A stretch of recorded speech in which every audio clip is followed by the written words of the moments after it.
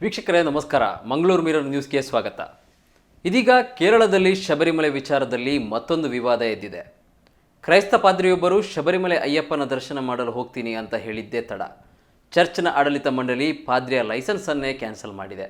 ಸರ್ವಧರ್ಮದವರು ತೆರಳುವ ಅಯ್ಯಪ್ಪನ ದರ್ಶನಕ್ಕೆ ಹೊರಟ ಕ್ರೈಸ್ತ ಪಾದ್ರಿ ಇದೀಗ ಸಂಕಷ್ಟದಲ್ಲಿದ್ದಾರೆ. ಆದರೂ ಛಲಬಿಡದೆ ನಾನು ಅಯ್ಯಪ್ಪನ ದರ್ಶನ ಮಾಡಿಯೇ ತೀರುತ್ತೇನೆ ಎಂದಿದ್ದಾರೆ ಈ ಕ್ರೈಸ್ತ ಪಾದ್ರಿ. ಹೌದು, ಶಬರಿಮಲೆ ವಿಚಾರದಲ್ಲಿ ಕೇರಳದಲ್ಲಿ ಮತ್ತೊಂದು ವಿವಾದ ಉಂಟಾಗಿದೆ.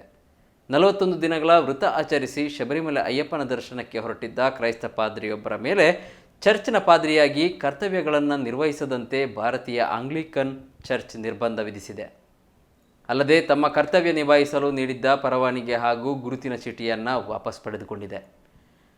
ತಿರುವನಂತಪುರಂ ಮೂಲದ ಪಾದ್ರಿ ರೆವರೆಂಡ್ ಡಾಕ್ಟರ್ ಮನೋಜ್ ಕೆಜೆ ಅವರು ಶಬರಿಮಲೆ ದೇವಸ್ಥಾನಕ್ಕೆ ಭೇಟಿ ನೀಡುವುದಾಗಿ ಹೇಳಿದಾಗಿನಿಂದ ಸುದ್ದಿಯಲ್ಲಿದ್ದಾರೆ.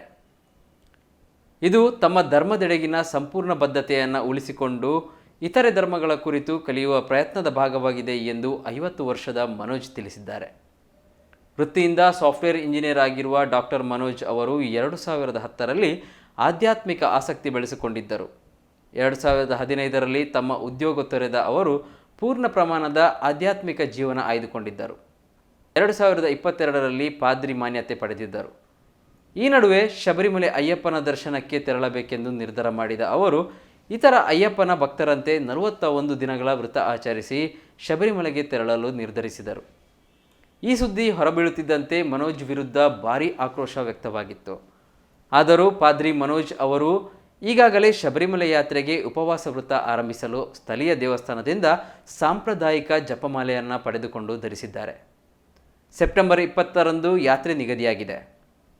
ಇನ್ನು ಶಬರಿಮಲೆಗೆ ತೆರಳುತ್ತಿರುವ ಬಗ್ಗೆ ಭಾರತೀಯ ಆಂಗ್ಲಿಕನ್ ಚರ್ಚ್ ವಿವರಣೆ ನೀಡಬೇಕೆಂದು ಕೇಳಿತ್ತು. ಆದರೆ ವಿವರಣೆ ನೀಡುವ ಬದಲು ಈ ಚರ್ಚ್ಗೆ ಪಾದ್ರಿಯಾಗಿ ಬಂದಾಗ ನನಗೆ ನೀಡಲಾಗಿದ್ದ ಗುರುತಿನ ಚೀಟಿ ಹಾಗೂ ಪರವಾನಗಿಯನ್ನು ಹಿಂದಿರುಗಿಸಿದ್ದಾರೆ. ಈ ಬಗ್ಗೆ ಫೇಸ್ಬುಕ್ನಲ್ಲಿ ವಿಡಿಯೋ ಮಾಡಿರುವ ಅವರು ವೃತದ ಸುದ್ದಿ ಹೊರಬಿದ್ದಾಗ ನನ್ನ ಸಮುದಾಯದ ಕೆಲವರು ಟೀಕಿಸಿದ್ದರು.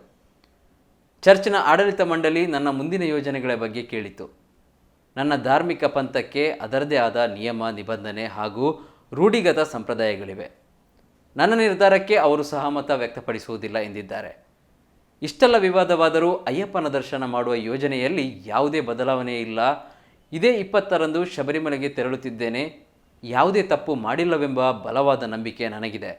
ಹಿಂದೂ ಆಚರಣೆಗಳ ಹೊರತಾಗಿಯೂ ಆ ಧರ್ಮವನ್ನು ಅರಿಯುವುದು ನನ್ನ ಉದ್ದೇಶವಾಗಿದೆ ಎಂದು ಮಾಹಿತಿ ನೀಡಿದರು.